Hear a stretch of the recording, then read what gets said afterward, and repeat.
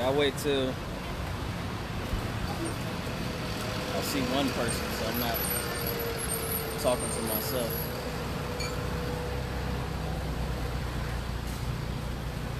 I guess I still could be talking to myself.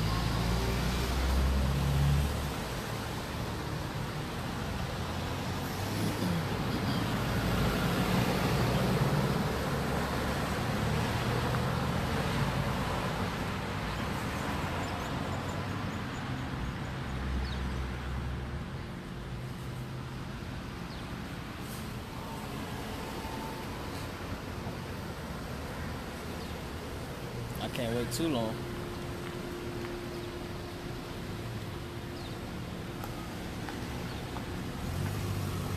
Okay, so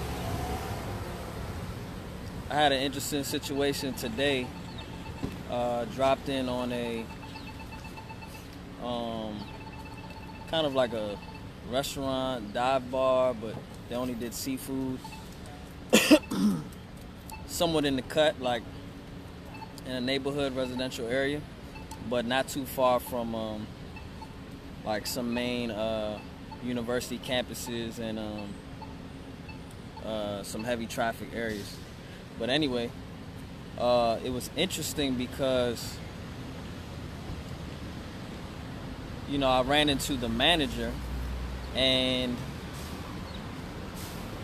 to make a long story short, she cared about, see, Ryan, what's up, man? She cared more about the business than the owner did. And what I mean by that is, you know, online they had a lot of good things going on. You know, they're taking, they're building a text message list, building a kind of like a rewards loyalty list, email list, different specials going on. You can see the effort being done to get new customers and retain them after they get them. Just by walking in, you can tell. And you know, we get to talking, and I'm telling her what I do, and you know, just introducing myself. And I'm like, you know, the owner really has the right idea. They're really doing the right things, and you know, trying to get new customers and retain the customers and build a list. And then she goes, I kind of have the right idea. And I was like, oh, so this is you setting it up? She's like, yeah, like, you know, I'm setting up all the marketing, all the specials, all the list building mechanisms. I'm like, okay.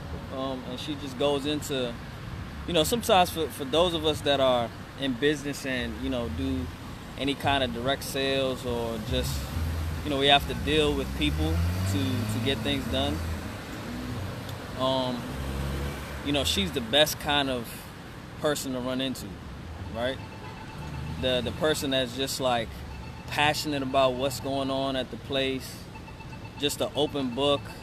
I mean, telling me everything from, you know, the situation between the original owner, which is the husband, and, you know, the new owner, which is the wife, and how that went down. And, you know, the owner just seems like she may have no idea what she's doing as far as running a restaurant, but also seems like she doesn't care, you know.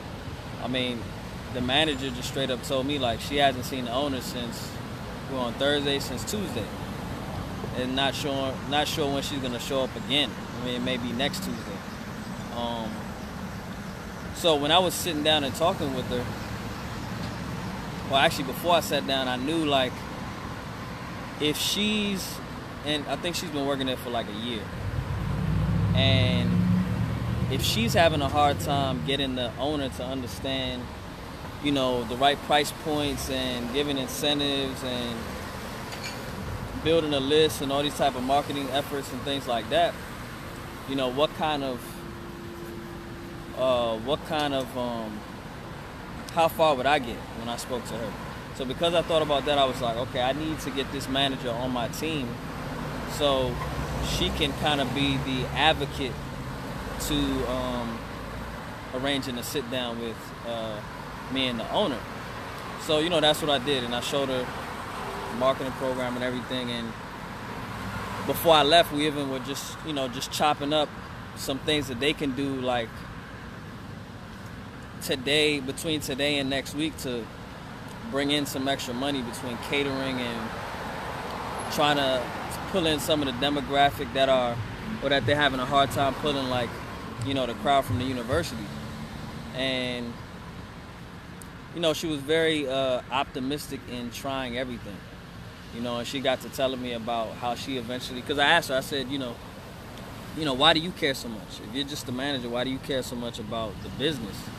And her response was, you know, in a nutshell, she eventually wants to own her own restaurant. And her number one priority is the customer service. You know, she got to telling me, like, she talks to every single person that comes in. She knows the regulars, she knows the new ones. She asks them how they felt about certain things, what they would like to see, et cetera, et cetera. I mean, she was hip to the price points that customers had an issue with, down to just a couple dollars. Or not even $1, maybe $1 on certain things. And, you know, when you hear things like that, you can tell that when somebody's really invested in, she has a higher purpose at that restaurant, you know? Because from what she told me, she's not really happy with her pay. She's not happy with, you know, what's going on with management. When she's not there, you know, food might not get prepared properly. So there's inconsistencies there.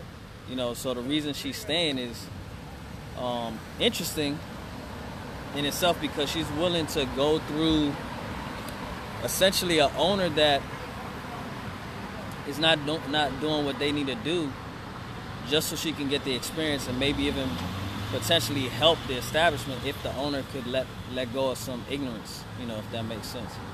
But you know, I'm kind of rambling, but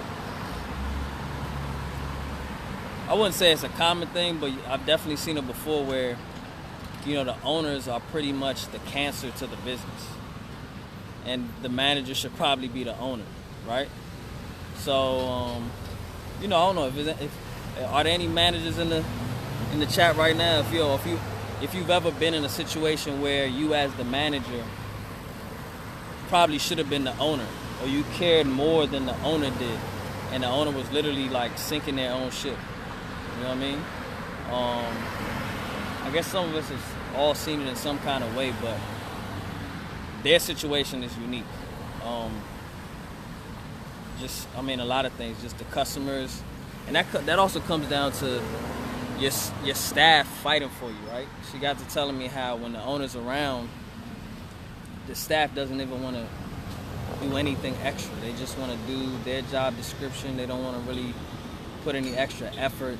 It's just kind of like, you know, the owner does not need to be there, you know, or the owner not being there actually allows them to run a lot smoother. You know what I mean? But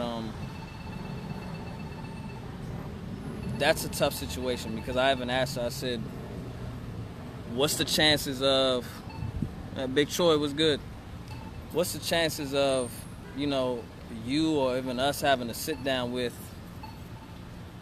blurry, you or even us having to sit down with the owner to see if she's willing to relinquish, you know, some extra powers for you to have. Like, you know, she can't sign checks, and sometimes the owner's not there, so people might run by equipment or inventory and they might have to come back, you know what I mean? Or giving you more of an ownership role and the pay associated with that, so you can actually help the owner's business. You know, assuming that the owner still wants to be open. Because they had another location that shut down, and I think that's where the original owner, who was her husband, kind of fell off with the restaurant, you know, game itself. But, you know, if you're going to stay open and have people employed, you got to put in the work, right? So, let's see who's doing it.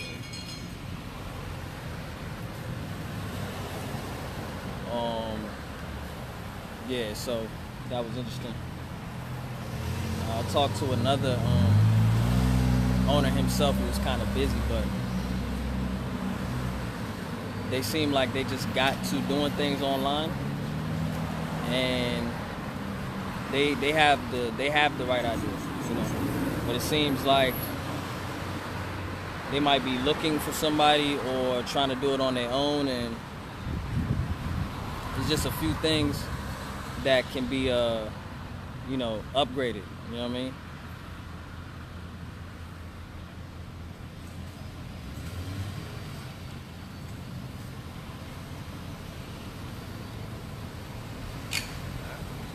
And it's another one. I'm gonna do a video on this situation another time, but I talked to a manager of a steakhouse at a hotel today as well, and they're going through some management changes or upper management changes, but the marketing firm or agency they have doing their ads on Facebook is running like almost 90 ads. I've never seen anything like that. 90 Facebook ads, and each single one is being done wrong. Like, I would just like to look at the budget that's being lost, like how much they're actually spending. But you know, they're currently running like 90 ads, and every single one is either going to a menu page or is going to a reservation. And that's the thing that, you know, restaurant owners or just businesses in general don't understand. And prior to even doing Facebook ads, you know, with the nightlife promotion and marketing that we used to do back in the day, you know, we found out very quickly through experience and just what other promoters were doing that when you have somebody's attention, you have to get their contact information quick. You know, many of you might remember the old, you know, text this keyword to 3133 or whatever like that. And the reason why that works so well is because when you're marketing and promoting and advertising, you have to remember you're interrupting somebody's life, right? Nobody walks around like waiting for, like, you know, man, I can't wait till I get advertised to. So when you're advertising, you're usually interrupting something. So if you're gonna interrupt something, at the very least you wanna make it something good. And if you do get their attention, you want to quickly you want to quickly get their contact information so they can go about their business, whether that be social media, whether that be the radio station, whether that be you know, like back in the day, or whatever they're doing, so they can just go back to doing what they were already doing. And then you, as the marketer or the business, can follow up with them, understanding that there was something that piqued their interest, and it's more than likely that they will show up or spend money with you later on. Whereas a lot of these restaurants, you know, they'll put Facebook ads out there, and what's up, everybody? They'll put Facebook ads out there, and the Facebook ad, think about it like this. If I'm on Facebook and I'm scrolling down my timeline, you know, and I'm watching cat videos or, you know, Jordan highlights or fail compilations or whatever I'm doing, and an ad pops in between that, it catches my attention. At that moment in time, I'm not trying to click on a button to go book a reservation or call a restaurant. I'm not even trying to necessarily go and look at a menu, right?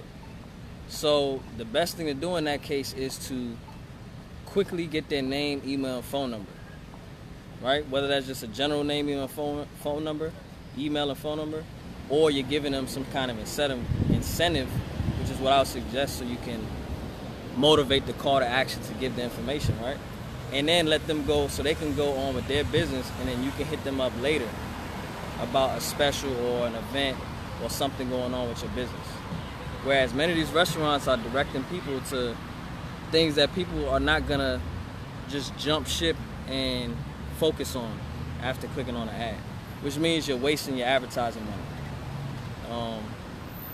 So I'm rambling a little bit, but man, I gotta say something on here, like, I know, say what's up or something. But yeah, so I'm about to get off in a second. Just wanted to get on here and spit some game and just ramble a little bit. Yeah, and if you're an owner, I mean, I would assume most owners are not doing those kind of things on purpose, but like you need to support your managers. You need to really get involved with your business and, you know, take it serious. You know what I mean? Because you could be the cancer to your own situation. Yeah, I'm about to bounce, and I'll see you on the next live. Take it easy.